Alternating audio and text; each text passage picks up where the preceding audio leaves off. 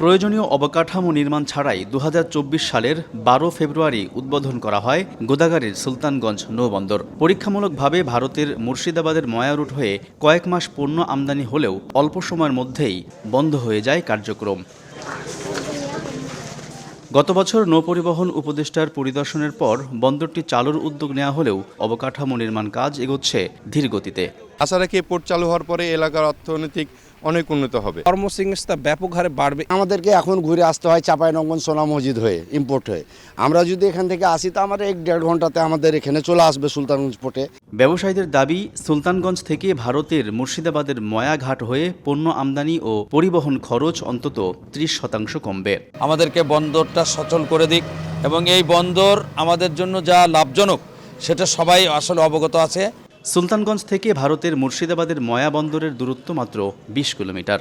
বড় পরিসরে পণ্যবাহী জাহাজ চলাচলের জন্য ক্যাপিটাল ড্রেজিং প্রয়োজন বলে মনে করেন পানি উন্নয়ন বোর্ডের তত্ত্বাবধায়ক প্রকৌশলী। নদীর যে ফ্লাড প্লেন, যেটা শুধু বর্ষাকালে ডুবে থাকে, হয়তো দেখা যাবে যে শীতকালে কিংবা শুকনো মৌসুমে সেটা আমরা অন্য কোনো বাণিজ্যিক কিংবা উৎপাদনমুখী কোনো একটা প্রবাহকে বাধা সৃষ্টি না করে কাজে লাগাতে পারি। এই জন্যই কিন্তু আমাদের দেশে ক্যাপিটাল ড্রেজিংয়ের বিষয়টা অনেক আগ থেকে আলোচিত হয়ে আসতেছে।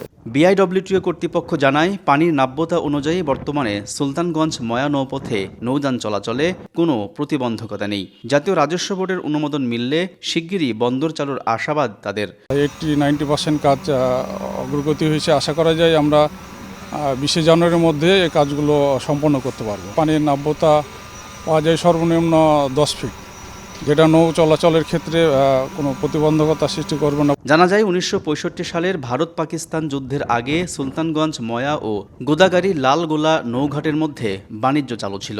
যুদ্ধের পর রুটটি বন্ধ হয়ে যায়। পরে রাজশাহী ধুলিয়ান ৭৮ কিলোমিটার নৌপথ অনুমোদন পেলেও পদ্মার নাব্য সংকটের কারণে তা কার্যকর হয়নি। ফলে সংক্ষিপ্ত করে সুলতানগঞ্জ ময়া রুট চালু হয়।